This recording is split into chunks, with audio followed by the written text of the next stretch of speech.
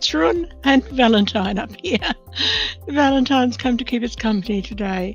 So today's painting is very much a class demonstration rather than trying to create a major work of art. So I'm striving to teach you colour harmony, and in this one I'm using a split opposite colour harmony. I've chosen orange as my prime colour, and for that I've chosen an orange lake permanent, and I've chosen a cadmium orange. And they are my bright oranges in two slightly different tints. There's not a great deal between them. The orange lake permanent is a slightly more reddish tone and more translucent, and the cadmium orange is a stronger pure pigment orange, and it's not quite as transparent. So they're the two primary colours, and then the dark version of them, a dark orange, I'm using the burnt sienna. Now for the split opposite colours to orange, well, the opposite to orange is blue. So that means the split opposite would be a blue-green and a blue-violet. So I've chosen ultramarine blue, which is slightly towards the violet tones, and I've chosen viridian green, which is a slightly bluish green. It's a beautiful green for seascapes. It's incredibly transparent. Now the reason I've chosen the burnt sienna and the ultramarine blue and the viridian is because they granulate.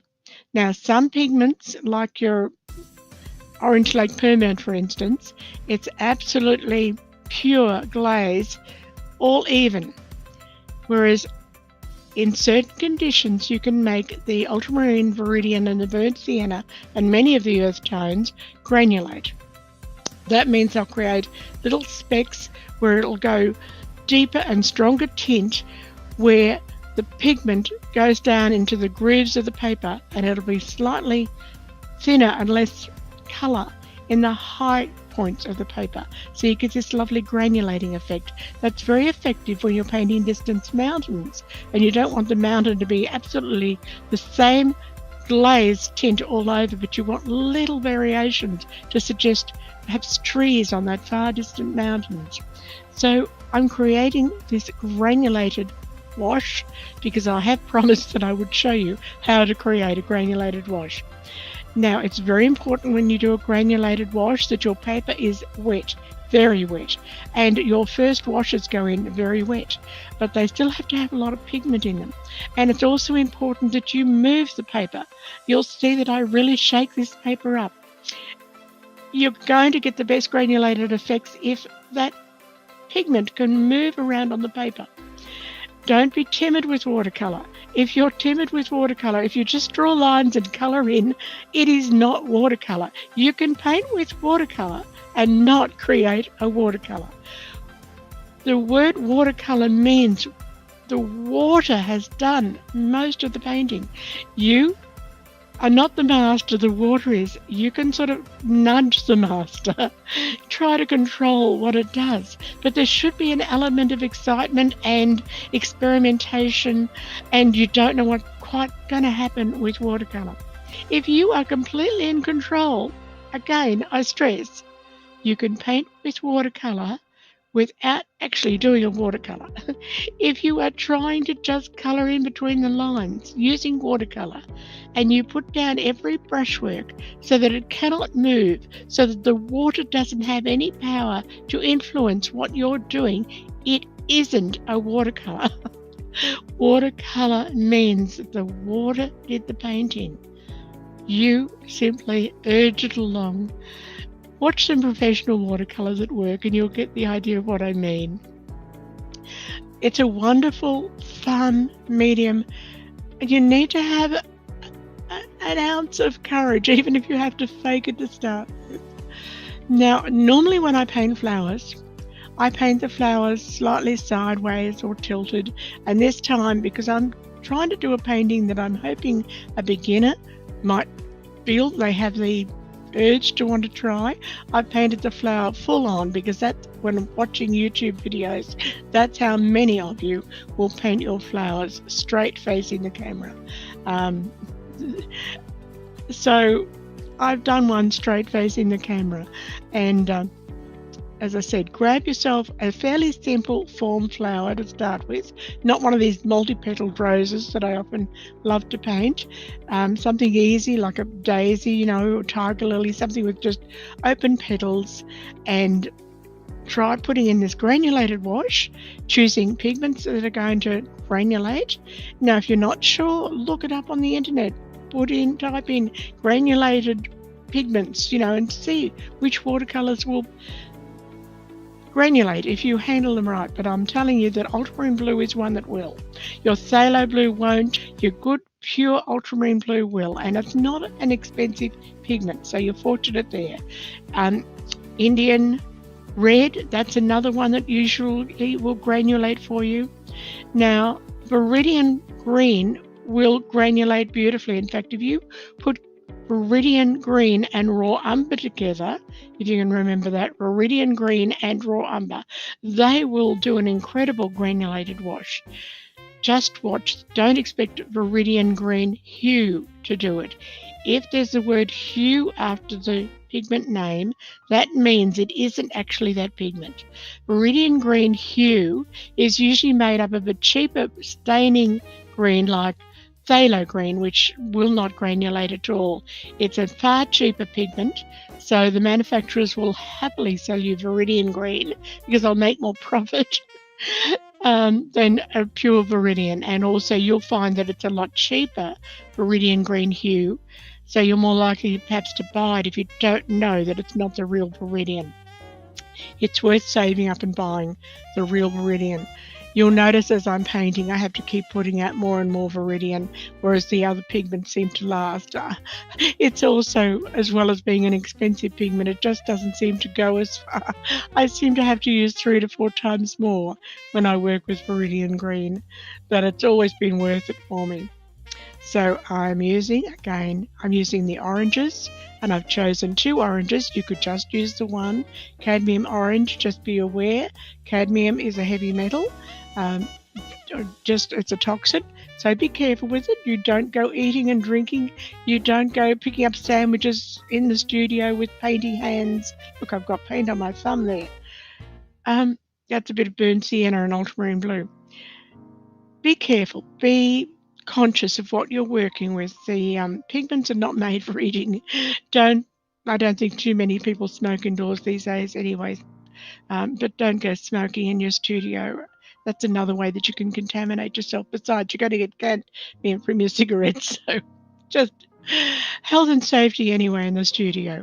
It's very important. The best artists are doing their greatest works into their 80s and so on. So that's only if you protect yourself from the toxins that are in artist quality paints.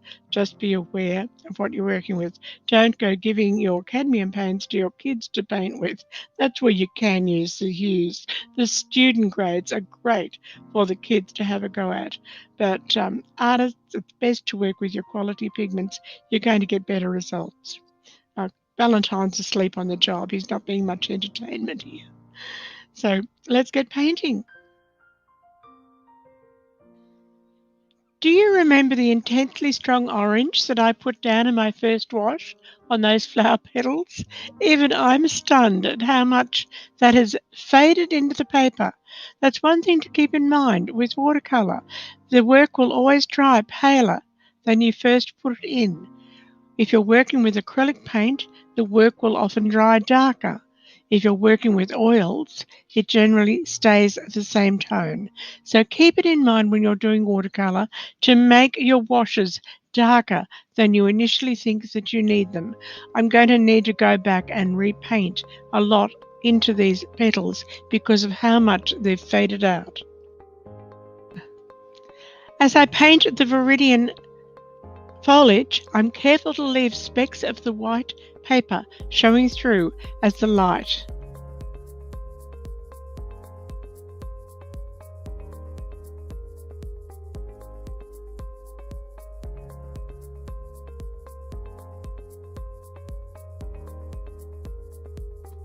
When I paint the flower petals, I wet them and then I've put the pigmented colour onto the paper but not entirely dragged it through the wet where I wanted. I've tipped the paper and tried to get the pigment to run downhill to create, as I said, that beautiful feeling of watercolor.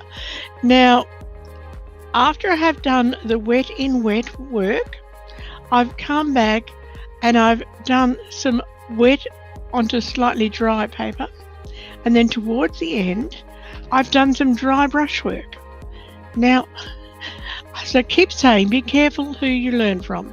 If you learn from people who have not had any kind of formal training, and by that I don't mean a fine art course, I mean training with traditionally trained artists. If they haven't done that type of training, they're likely to teach you bad habits along with good habits. Now, something I hear repeated on YouTube is that dry brush work is lazy. Honestly, I'm doing dry brush work. You do a watercolor, you go wet in wet, and then you go wet onto slightly dry paper, and then you finish up with almost a dry brush onto dry paper. That's how you do watercolor. Your detail work is done on dry paper, and you might start off with a wet paint, but towards the end you're using drier paint. Now that is dry brush work. Nothing lazy about it. It just means you've learned how to paint. So take some of these things that you hear on how to do things with a grain of salt and apply it to what works with you. I remember sitting there on a lesson on how to do a good YouTube channel, and I was advised that, ladies, you have to be sexy. Well, I'm sorry. Nothing would look a bit more ridiculous than the 72-year-old, nearly 73-year-old lady trying to come across sexy when I'm here to teach you how to paint.